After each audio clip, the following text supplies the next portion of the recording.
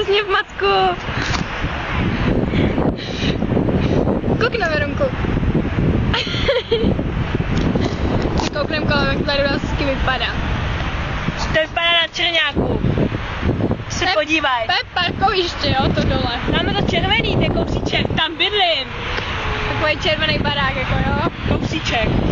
O, teď mi tam nejde ani vidět. Tamhle to pruhovaný. Je poliklinika. To tam mělo být napsaný, ale to taky nejde vidět. Já tam vidím. To je Macek. Všichni známe, že jo. Známá firma. Ale odjíždí auto. To čo to tak?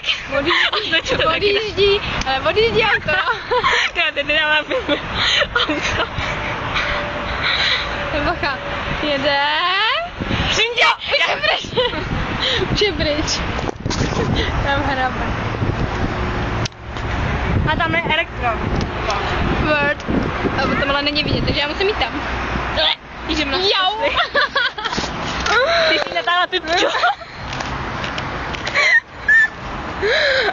Podat na dáči. Jo. Ukázala mám půlku toho.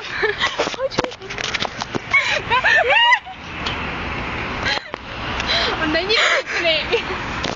Je to vtipný. Jau, co? Bolí.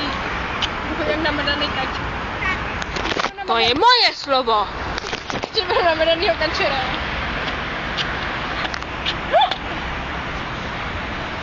Tak děj bys to natáčet. Jdeme.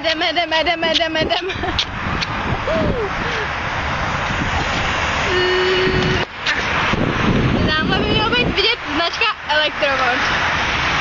Podle toho je Max kuchyně. Chico. Jisk. A zlevněné oděvy prostě, jo. Jdeme nakupovat.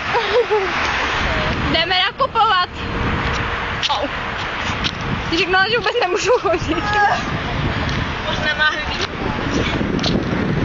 Pozdrav Verunku.